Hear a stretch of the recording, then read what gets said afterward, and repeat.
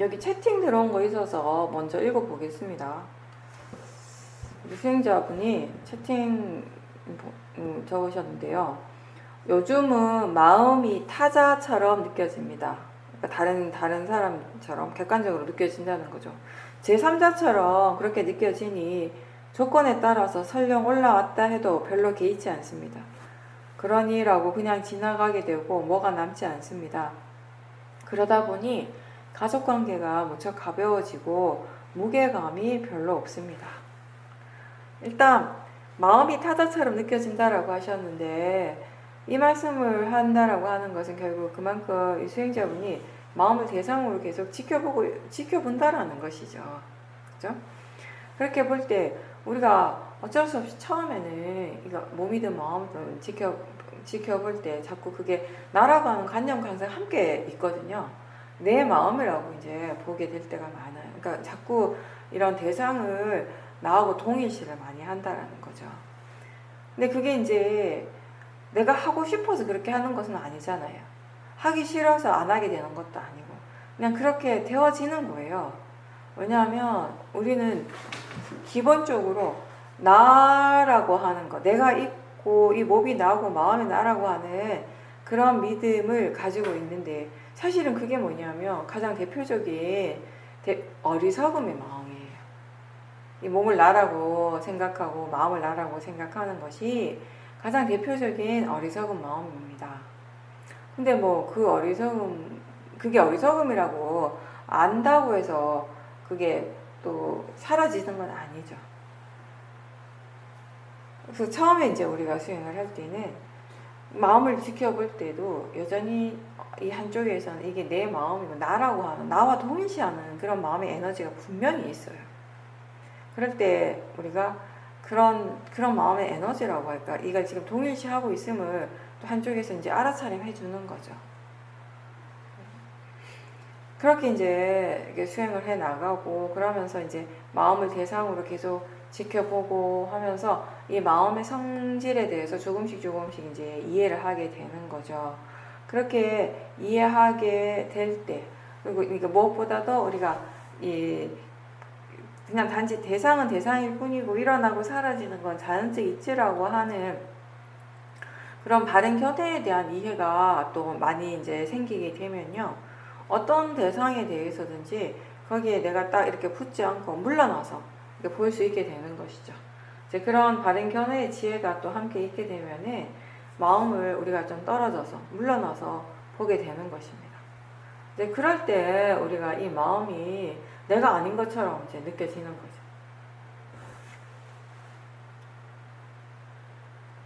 그리고 이게 이 마음이라고 하는 것이 내가 일으키는 것이 아니라 그것에 그 자체의 고유한 조건에 의해서 일어나는 것일 뿐이라고 이해하고 있기 때문에 그걸 자연적 이치를 이해하기 때문에 그 마음이 이렇게 막 불쑥불쑥 올라와도 거기에 대해서 그렇게 크게 또 이렇게 개의치하지 않는 거예요. 뭐 이렇게 막 의미 부여를 한다거나 막 거기에 집중하지 않는 거예요. 마음이 그냥 이런 마음이 일어나는구나, 사라지는구나, 일어나면 일어나는 줄 알고 사라지면 사라지는 줄 알고 그냥 가볍게 그냥 알아차림하는 거죠.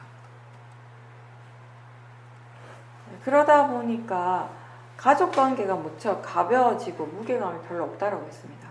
아마도 이분한테서 이 가족은 뭐랄까 많은 사람들도 그렇게 느낄지 모르겠지만 이 가족이라고 하는 대상이 뭔가 이렇게 사랑과 존경, 애정의 이런 그 대상이면서 또 동시에 이렇게 화의 대상일 때도 굉장히 많아요. 가까운 사람일수록 우리가 뭔가 이렇게 나하고 동일시하고 또 뭔가 이 관계 자체를 내가 원하는 대로 하고 싶은 그런 이제 욕심들이 많이 생기게 되거든요. 그러다 보니까 이 가족 관계에서 또 일어나는 화의 마음이 굉장히 이렇게 많죠. 자주 일어나게 되는 거죠. 근데 이제 가족들과 함께 있을 때도 수행자가 계속 마음을 지켜보는 거예요. 그리고 그 마음을 나하고 동의시하지 않고 계속 지켜보니까 뭔가 이렇게 바라는 마음, 원하는 마음도 그냥 대상으로 지켜보고, 그리고 또 화의 마음, 뭔가 마음에 들지 않아서 뭐 불편하고 불만족스러워하고 화의 마음 또한 그냥 대상으로 지켜보는 거죠. 그러니까 별로 앙금이 남는 것도 없고 뭐 이렇게 뒤에 뭔가 이렇게 무겁게 남아 있는 것도 없어요. 가족 관계가 자연스럽게 가벼워지는 거죠. 관계에 있어서, 사람과 사람의 관계에 있어서 상대가 전혀 달라지지 않더라도 내 마음의 질이 확 바뀌면요, 내 마음의 지혜의 힘이 정말 좋아지게 되면은 이 관계 자체가 이제 굉장히 가벼워질 수 있는 겁니다. 윗바사나 수행은 지혜를 개발하는 이제 수행이라고 우리가 항상 얘기를 하죠. 그리고 이제 여기 법문 듣고 계시는 분들 중에서 수행 오래 하신 분들도 있고, 또 이제 막 수행을 시작하신 분들도 있는데, 뭐 수행을 시작한 지 얼마 안 된 분들한테는 사실 지혜보다는 아직까지 사띠가 더 중요하죠.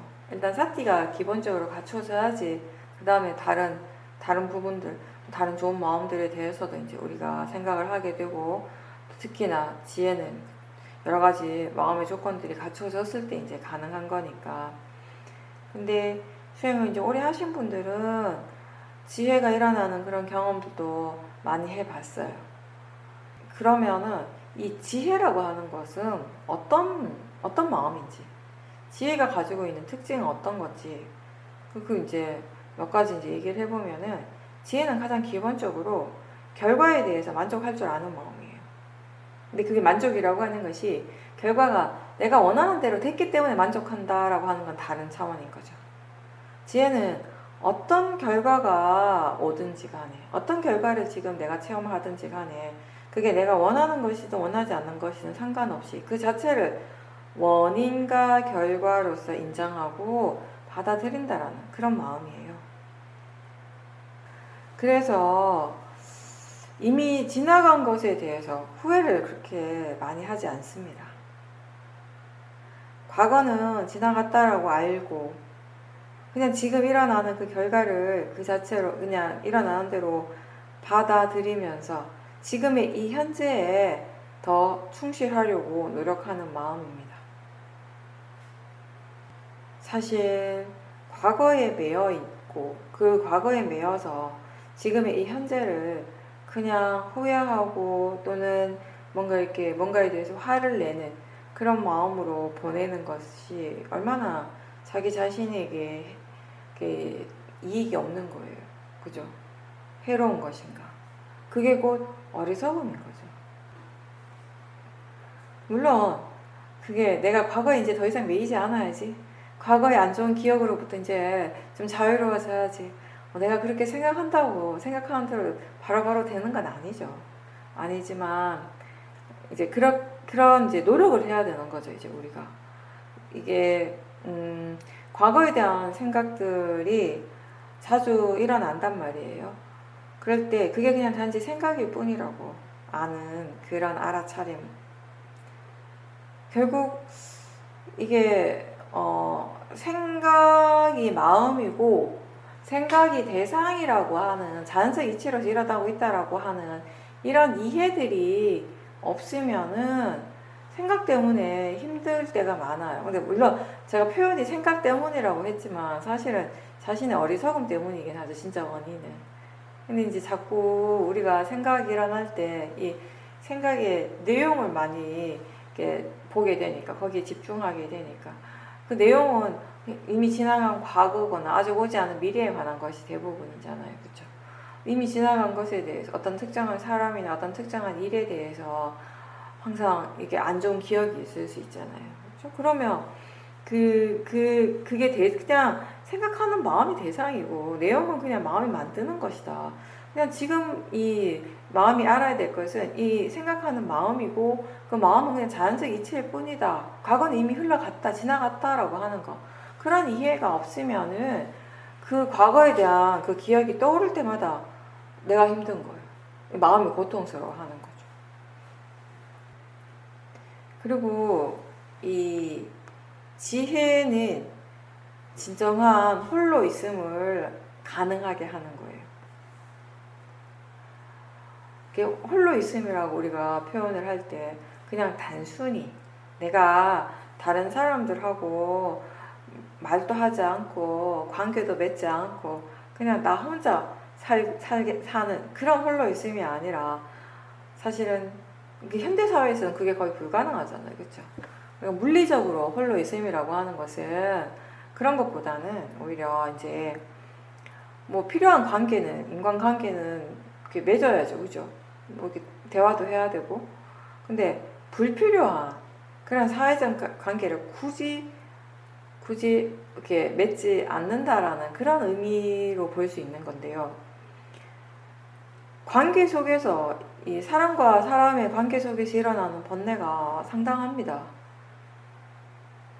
그런 관계 속에서 일어나는 번뇌 때문에 자기 자신이 힘들고 괴로워하는 경우가 굉장히 많은데, 근데 우리가 잘 생각해 보면 사실 이것도요, 내 욕심, 내 욕망, 이 욕심으로 인해서 필요 이상의 관계들이 계속 생겨나는 거예요. 결국에는. 근본적인 원인이 자기 자신에게서부터 시작한 거예요. 근데 우리가 문제는 그 원인을 여기서 찾으려고 하지 않고 이 안에서 찾는 게 아니라 자꾸 바깥에서 찾으려고 하는 거죠. 그래서 꼭 필요하지도 않는데 나의 이 탐심 때문에, 이 욕망 때문에 생겨나는 그런 여러 가지 그런 관계, 그리고 그 관계에서 일어나는 그 괴로움, 그런 것들을 한번 돌아보십시오. 자기 자신을 한번 잘 살펴보십시오. 그 정신적인 홀로 있음이라고 하는 것은 결국 번뇌로부터 우리가 자유로운 그 상태를 얘기를 하는 겁니다. 지혜의 힘이 충분하면, 그래서 우리가 번뇌에 대해서 충분하게 이해하게 되었을 때, 그때 우리는 다른 사람으로부터 자유, 또는 뭐 일로부터의 자유가 아니라 번뇌로부터 자유를 얻게 되는 거죠. 그리고 지혜가 있으면 이 마음이 굉장히 단순해져요. 일어나는 대상이나 이 상황이 굉장히 어렵다, 복잡하다 이렇게 느끼게 하는 것은 번뇌예요, 번뇌. 내가 미리 정해놓은 것들이 많고 거기에서 이제 탐심이 일어나고, 또 탐심이 있다 보니까 그 결과에 만족하지 못하는 경우도 많죠. 내가 스스로 정해놓은 것이 많으면 많을수록 마음은 점점 복잡해집니다. 견해가 바르지 않으면 생각도 바르지 않고요. 수행할 줄 아는 지혜가 없으면은 수행이 굉장히 힘들게 느껴져요. 복잡하게 느껴집니다.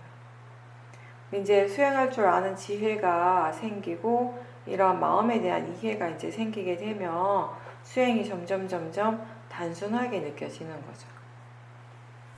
처음에는 마음이 말을 많이 해요. 수행을 하기 위해서. 근데 이제 점점 마음이 수행할 줄 아는 지혜가 생기고 수행을 어떻게 해야 되는지를 알게 되었을 때는 많은 말을 하지 않지만 이미 어떻게 해야 되는지를 알고 있는 거죠. 그래서 수행하는데 익숙해질수록 이 마음은 점점 이제 조용해지는 겁니다. 이러한 것들이 이제 지혜의 특징인 거죠. 여러분들도 이제 수행을 하면서 여러 가지 지혜를 이제 경험하게 되겠죠. 그랬을 때 이 마음이 어떤 마음인지, 이 마음이 어떤 성질을 가지고 있는지, 그런 것에 대해서 궁금해하고 하면서 수행을 해보십시오. 근데 그 궁금함은 지혜뿐만 아니라 번뇌에 대해서도 마찬가지로 일어나야겠죠. 그죠? 이게 번뇌가 안 좋은 마음, 뭔가 이렇게 잘못된 것이라는 그런 생각이 아니라 그냥 수행의 대상, 알아차림의 대상이고, 그리고 이 번뇌에 대해서 나는 얼마나 이해하고 있는가를 확인을 해봐야 되는 것이에요. 번뇌가 일어났다라고 하는 것은 기본적으로 그 번뇌에 대해서 내가 아직 이해하지 못하는 것이 분명하게 남아있다라는 것이거든요. 그럼 무엇을 아직 이해하지 못했는가 알아야 되겠죠. 그렇게 이제 우리가 계속 수행을 해 나가면서 하나씩 이제 몰랐던 부분들을 하나씩 배워가는 것이에요. 그래서 이제 우리가 위파사나 수행을 얘기를 할 때 수행은 배우는 과정이다라고 이렇게 이제 표현을 하는 것입니다. 어떠한 대상에 대해서 어떠한 마음에 대해서든지 우리는 배울 수 있어요.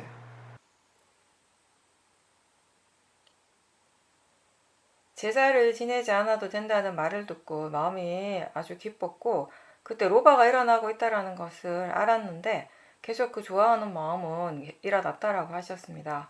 그리고 지켜봤지만 그 좋아하는 마음이 계속 그 일에 대해서 옆에 있는 사람들에게 이 사람 저 사람에게 계속 말을 하고 있었다라고 하셨습니다. 요리할 때 생각이 많이 일어나는데 그 생각이 지금 일어나는 일들을 있는 그대로 말하는 것이 아니고 자꾸 크게 부풀린다라는 것을 알게 되었고 그러면서 그동안 내가 이런 생각에 많이 휘둘리며 살았구나라고 그렇게 알게 됐다라고 하셨습니다. 탐심에 대해서 이제 말씀을 하셨는데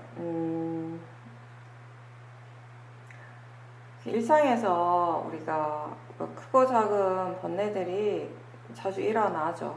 자주 일어나는데 이제 처음 수행을 하는 분들은 사실 그 번뇌가 났다라고 하는 거, 일어나고 있다는 사실을 잘 몰라요. 그게 왜 잘 모르는가 하면 그 원인 중에 하나가 뭐냐면 그러니까 번뇌도 이제 여러 가지가 있는데 화의 경우는 사실 잘 알죠. 무슨 말인가 하면 우리가 뭔가 이렇게 화가 났다라고 하는 것은 아무래도 이제 캐치가 잘 되잖아요. 그죠? 내가 화가 났구나라고 아는 경우가 많죠. 물론 이 화라고 하는 것이 뭐 말 그대로 이렇게 화를 내는 것뿐만 아니라 우리가 여기서 말할 때 번뇌에 대해서 얘기할 때 화의 마음이다라고 할 때 여기는 사실 굉장히 이 범위가 굉장히 넓어요.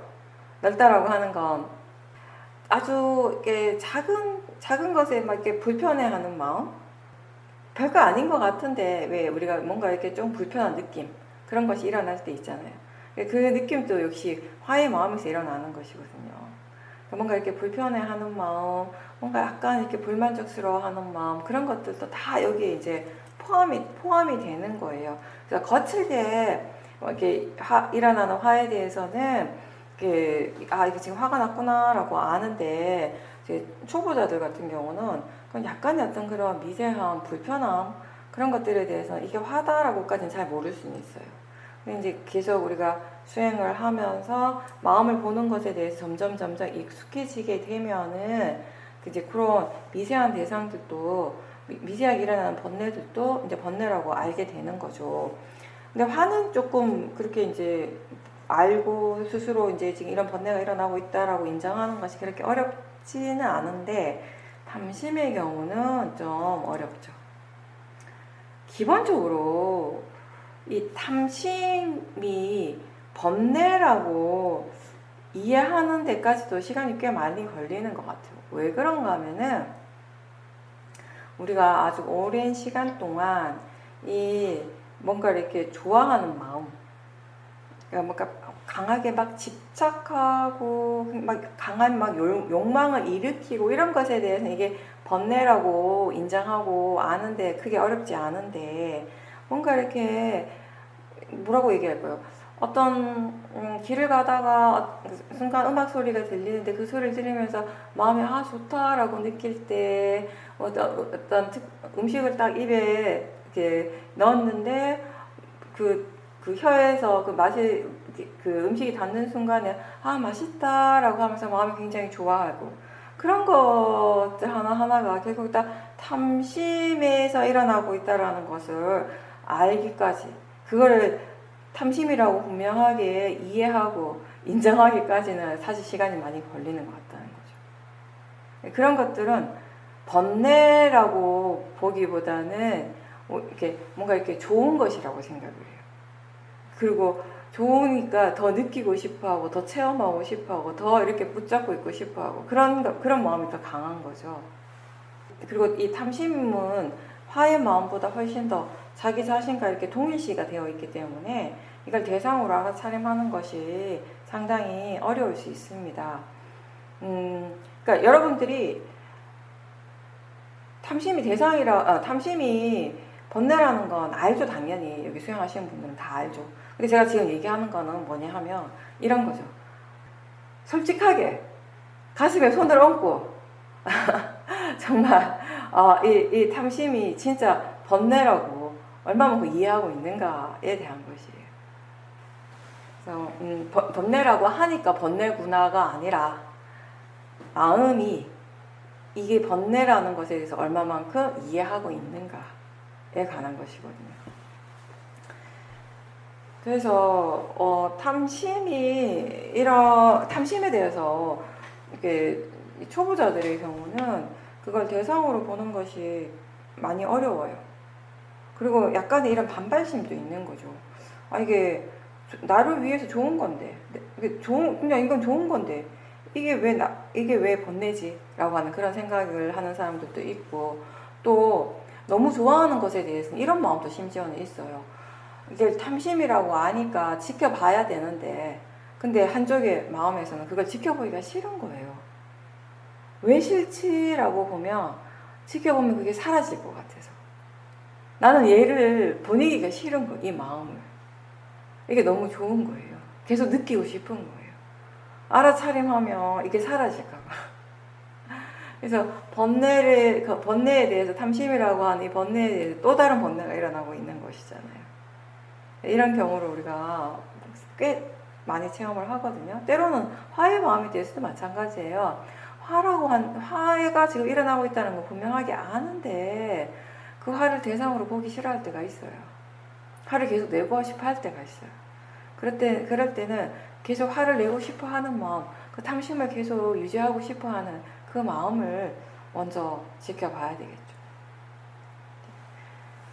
이제 보살님의 경우는 이제 그게 탐심이라는 건 알았는데 그걸 대상으로 지켜보는 마음의 힘이 이번에 좀 약했던 것 같습니다. 그래서 탐심이라는 건 알지만 계속 탐심이 하는 대로 어느 정도 좀 따라갔다라고 하는가, 그 마음을 대상으로 이제 제대로 이렇게 대상으로 분명하게 지켜보는 마음의 힘이 약했기 때문에 그런 것이거든요. 그래서 저는 항상 그렇게 생각해요. 우리가 수행이 어느 정도 이렇게 안정적으로 되어졌을 때, 수행할 줄 아는 지혜가 생기고 이렇게 스스로 수행할 줄 알게 되었을 때 결국 그 다음은 뭐냐면 이 마음이라고 하는 것은 이 밸런스에 관한 것이거든요. 균형감에 관한 것이거든요. 지혜가 분명히 있어요. 없지는 않아요. 지금의 마음에 지혜가 있는데, 근데 지혜만 있는가라고 하면 그건 아닌 거죠. 지혜도 있고 번뇌도 있고 이런 경우가 참 많죠. 그럼 이제 여기에서 우리한테 중요한 건 뭐냐면 마음의 균형감인 거예요. 번뇌의 크기가 5만큼 됐을 때, 그러면 이 지혜의 크기가 5보다 더 강하다면 5나 6이나 7이나 이렇다면 이 번뇌는 아무런 문제가 되지 않을 거예요. 그죠? 번뇌가 있지만 크게 문제되지 않는 거예요. 이 지켜보는 쪽에, 수행하는 쪽에 영향을 주지 않는 거예요. 그래서 우리는 이럴 때 어떤 느낌이냐면 화의 마음은 있는데 나는 화가 안 나는 것 같은 거예요. 그런 식으로 지금 일어나는 번뇌와 자기 자신이 완전히 이렇게 분리되어지는 거죠. 근데 반대로 이 번뇌가 이 선법, 사띠나 지혜의 힘보다 더 강하게 되면 어떻게 되겠어요?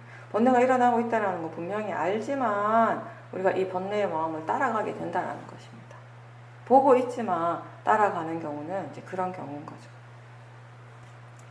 그래서 이제 수행을 한다라고 하는 것은 이쪽의 마음, 선법의 마음의 힘을 계속 키워가는 일입니다. 그죠? 이걸 우리가 적극적으로 하는 거예요. 이 선법의 마음의 힘을 계속 이제 키워가고, 이 마음의 힘이 충분하게 이렇게 키워졌을 때, 이 마음의 에너지가 충분히 좋아졌을 때, 이 반대편에 있는 불선법의 마음의 힘이 약해지게 되는 거. 이게 자연적 이치입니다. 수행의 이치가 이런 거죠. 네, 생각이 자꾸 뭔가 이렇게 부풀린다라고 했어요. 그러면 그거는 그냥 단순히 생각의 문제가 아니라 그 생각을 어떤 마음을 하고 있는가에 관한 것이죠. 탐심이나 진심, 번뇌는 항상 있는 그대로 보지 못하잖아요. 항상 뭔가 이렇게 과장되게 표현을 하잖아요. 그죠? 탐심도 그렇고 화의 마음도 그렇고. 그러니까 결국 뭔가 계속 생각이 뭔가 자꾸 부풀리고 있었다라고 하는 것은 그 생각이 탐심이나 화의 마음으로 하고 있었기 때문에 그런 거죠. 그렇다면은 그때 그 생각을 일으키는 마음, 만약에 화라면 그 화의 마음 또는 탐심이었다면 그 탐심을 지켜보려고 노력을 하는 것이 필요하겠죠. 요즘은 마음이 알아서 각각 본인이 해야 할 일을 잘 하고 있다라는 그런 이해가 생겼다라고 하셨습니다. 한 번은 그 본인의 마음에 이미 가지고 있는 어떤 고정관념, 고정된 틀 때문에 딸의 행동에 대해서 뭔가 좀 불편한 마음, 불만족스러움이 있었는데 왜 이런 마음이 일어나는가라고 지켜보고 그 원인을 분명하게 알게 되니까 마음이 알아서 편안해지고 자유로워졌다라고 하셨습니다. 하루는 점심 무렵에 도반이 집에 오기로 했는데 이제 시간이니만큼 음식을 이제 준비를 했는데 그때 마음이 좀 불편해서 왜 그런가 하고 이렇게 살펴봤다라고 하셨습니다. 그랬을 때 이렇게 뭐 식사 시간대에 사람이 오면 나는 이렇게 해야 한다 이런 식으로 저런 식으로 이렇게 본인이 이렇게 정해놓은 이런 생각들이 굉장히 강하다라는 것을 알게 됐다고 하셨습니다. 그걸 알게 되니까 이제 굳이 이렇게 내가 부담을 가지면서 마음이 이렇게 힘들게 하는 것이 바른가 라고 하는 이제 생각을 하게 됐고, 그런 과정에서 이제 마음이 수행을 하고 조사를 하면서 본인이 가지고 있는 그런 이 또 다른 틀을 또 보게 되고 그렇게 되니까 마음이 굉장히 이제 편안해졌다라고 하셨습니다. 그러니까 우리가 일상에서 이제 사태를 계속 볼 수 있게 되면은 무엇보다도 지금까지는 이제 살아오면서 일상에서 하는 모든 일들이 기본적으로 내가 하는 일이라고 우리가 생각을 하고 살아왔잖아요. 그렇죠? 근데 이제 일상에서 알아차림을 계속 두면서 이런 사태가 어느 정도 이어지게 되면 거기 물론 밑바탕에 이제 바른 견해도 함께 있으니까 이제 내가 한다라고 하는 생각들이 점점 약해질 것이고 그 대신에 마음이 한다라고 하는 그런 이해가 어느 정도 자리를 잡게 되겠죠. 그래서 사실 무엇을 하는가, 뭐 행위적으로 무엇을 하는가의 부분에 있어서는 수행하기 전이나 수행하는 후나 크게 차이가 없지만 그거를 이제 내가 하는 것으로 알고 있다가 이제 이게 마음의 일이다라고 하는 거, 뭘 하든지 간에 몸으로 내가 어떤 일을 하든지 간에 결국 그거는 마음의 의도가 있어야지 가능한 것이고 마음이 그렇게 생각이 일어나야지 가능한 것이다라고 하는 거, 뭔가 하고 싶어하는 마음이 있기 때문에 하게 되는 것이고 그런 것들을 이제 일상 속에서 많이 알아차림하게 되고 그런 이해들이 이제 생기게 되는 거죠. 그러면서 이제 내가 하는 것에서 마음이 하는 것으로 될 때 그런 마음들을 쭉 이렇게 지켜볼 때 내가 이렇게 해야지 저렇게 해야지 막 이렇게 하나하나 막 이렇게 애쓰지 않아도 이렇게 내가 막 계획을 하지 않아도 마음이 이렇게 이미 하고 있구나, 알면서 잘 하고 있구나, 이제 이런 부분들도 스스로 이제 깨닫게 되는 거죠. 이제 그런 체험들을 통해서 이제 점점 내가 하는 일이 아니라 마음이 하는 일이다라고 하는 그런 이해들이 더 많이 생기면서 거기에서 이제 결과적으로 뭘 어떻게 하고자 하는, 어떻게 꼭 이건 이렇게 되었으면 좋겠다라고 하는 그런 나의 욕심들이 이제 많이 줄어들게 되겠죠. 그리고 이거는 저는 내가 어떻게 표현을 해야지 저의 의미가 잘 전달이 되려나 잘 모르겠는데 이제 사람들이 성향에 따라 분명히 다르긴 하겠지만 그래도 우리가 세상에 태어나서 수많은 사람들과 여러 가지 관계 속에서 살아가면서 학습되어지는 여러 가지 그런 것들이 있어요. 사람으로서 우리가 인간적으로 갖춰야 될 여러 가지 이제 이런 상황에서는 어떤 식으로 행동을 해야 되고 행동 양식이라고 할까? 그리고 이제 다른 사람의 그런 말이나 행동에 대해서 어떤 식으로 반응하는 반응 양식 이런 것들이 이제 나름 우리가 이제 이게 정리가 되어 있고 뭔가 이렇게 좀 체계화가 되어 있죠. 각자 자신에게는. 근데 어떤 사람들은 성향상 본인의 어떤 그런 기본적인 성향상 남에 대해서 별로 이렇게 의식을 하지 않아요. 본인이 다른 사람을 별로 의식을 하지 않기 때문에 다른 사람과의 관계 속에서 이건 이렇게 되고 저건 저렇게 해야 되고 정해놓은 것들이 아마도 좀 적을 수 있을 것 같아요. 그런 사람들은. 근데 이제 보통의 사람들은 또 그렇지 않죠. 기본적인 거 이제 우리가 다른 사람 의식을 하죠. 근데 의식을 한다고 하는 것은 결국 그 마음 밑바탕에는 결국 나의 어떤 그런 욕심이 있거든요. 또 욕망이 있거든요. 내가 다른 사람에게 어떻게 보여지는가가 더 중요한 것이고 그런 것들이 결국 내가 더 어떻게 잘 되기 위해서 더 잘 보이기 위해서 나의 어떤 그 욕망들을 충족시키기 위해서 사실은 그런 것들을 더 이렇게 남을 더 배려하고 이럴 때가 꽤 많다라는 거예요. 기본적으로 우리 마음이라고 하는 것이. 이제 이게 근데 사람이 그렇죠. 뭔가를 다른 사람을 위해서 내가 뭔가를 할 때 정말 좋은 마음으로 전혀 불편함 없이 막 좋은 마음으로 할 때도 있지만 대체로는 이게 100% 좋기만 하기보다는 이걸 내가 해야 될 일이 있기 때문에 하기는 하지만 때로는 그게 약간 하는 것 자체가 불편할 수는 있어요. 약간 귀찮은 마음이 들 수도 있고요. 근데 예전에는 그런 이제 뭔가를 해야 될 때 그런 부담감이 강하게 일어나더라도 이건 해야 되는 일이니까 이건 이렇게 되어야 되니까 라고 내가 그렇게 믿으니까 부담감이 커도 했는데 이제 수행을 하면서 이제 좀 달라지는 부분들이 뭐냐면 막 그렇게 부담스러워하고 뭔가 이렇게 좀 불편해하는 마음을 이제 우리가 대상으로 보죠.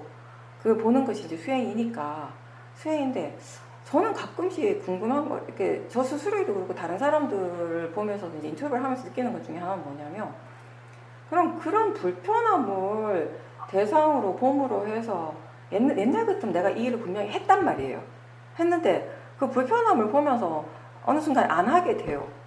근데 과연 내가 그 다음에 생각하는 건 뭐냐면 이게 그럼 그 불편함을 느끼지 않고 안 하는 것이 과연 그게 100% 항상 옳은 마음인가?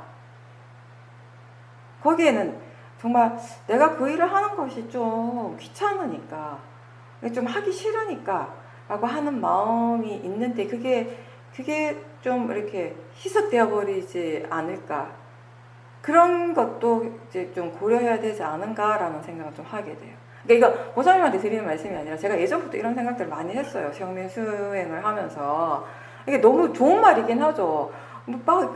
내가 일을 하는 어떤 이렇게 다른 사람을 위해서 배려해서 일을 하는데 그게 내 마음이 너무 불편하고 너무 부담스러우면 예전에는 불편하고 부담스러워도 해야 된다라고 생각했기 때문에 했단 말이에요. 근데 지금은 우리 이제 수행 자체가 그 불편하고 부담스러워하는 마음을 대상으로 봐야지. 왜냐하면 부담스럽고 불편한 게 번뇌로 사는 건 안 좋으니까 라고 하니까. 근데 그렇게 봄으로 해서 그 번뇌로서는 안 할 수 있는데 안 하는 마음이 거기에 숨겨져 있는 또 다른 번뇌는 없을까? 완전히 거기가 100% 지혜일까? 완전히 순수한 마음일까? 에 대한 의구심이 항상 있는 거죠. 저 자신은. 제가 어떤 말을 하려고 하는지 의미 전달이 됐나요? 예, 그런 부분들은, 그러니까, 저도 그렇고, 우리 이제 수행하시는 분들이 항상 조심해야 되는 부분이라고 생각을 해요, 저는. 오늘 이제 이런 비슷한 관련된 얘기가 나와서 제가 이제 말씀 한번 드리는 거죠. 얘기를 하는 거죠. 네. 항상 그 부분이 저는 조심스러워요, 지금은. 그러니까 예전에는 사실 수행하는 것이 급급했다면, 그 마음을 보고 막 수행하는 것에 마음이 좀 바빴어요. 바빠서 그런 여유가 없었는데 이 조금 여유가 생기고부터 그런 것에 대한 생각들을 하게 되는 거죠. 그러니까 이 마음이라고 하는 것이 굉장히 단순한데 이게 이쪽에 이게 이 지혜가 지혜 힘이 아주 좋으면 더할 수 없이 단순한 거예요. 근데 지혜 힘이 아직 충분하지 않을 때는 때로는 굉장히 복잡해질 수 있다는 것이죠. 네. 이번에 네. 그런 마음이 올라온 걸 보고 난 뒤에 스님, 네. 제가 스님 말씀이 어떤 말씀인지 이제 충분히 이해가 안 게, 네. 편안한 마음으로 배려 더 잘해줬어요. 네. 네, 먹을 것도 더 많이 꺼내가지고 네네. 더 편안하게 우리가 네. 오든 안 오든 뭐 오면 그냥 할 수 있게끔 너무 참건 안 되니까 이렇게 다 내놓고 하는 게 네. 마음의 밑자락에 꼭 나는 이렇게 손님 맞이를 이렇게 잘해야 된다라는 아까 스님께서 말씀하신 것처럼 네. 그런 마음은 좀 뭐랄까 이게 쉽게 얘기해서 번뇌거든요. 근데 그걸 네. 딱 직시하고 난 다음에는 그 마음이 사라지면서 다른 마음이 선택을 다르게 하더라고요. 네네. 해줄 예. 점심도 지났지만 그래도 또 이렇게 해줄 건 해주는 그런 어떤 마음이 조금 좀 따뜻한 마음이 있었거든요. 네. 그래서 그때 그 마음이 지금 스님께서 말씀하신 대로 다른 마음이 거기서 또 와서 그거를 해줬었다라는 거. 네. 이번에는 좀 예, 그렇게 예. 판단을. 네, 네. 그래서 앞으로도 이런 부분에 대해서는 우리가 좀 더 이렇게 좀 조심해야 될 부분이 있는 것 같아요. 그러니까 왜냐하면 이게 뭐냐면 하고자 하는 마음이 번뇌라는 것은 분명하게 알겠어요. 그죠? 이제 그래서 안 한다면 그러면 하지 않으려고 하는 마음에는 번뇌가 없는가? 그것도 있을 것 같아요. 예, 그러니까 그 부분에 대한 조심성을 제가 꼭 한번 얘기를 하고 싶었어요. 그래서 오늘 마침 보살님이 그런 거 관련된 얘기를 꺼내셔가지고 제가 얘기를 할 수 있었습니다. 예, 그러면 오늘은 여기까지 하고 마치겠습니다. 수고하셨습니다.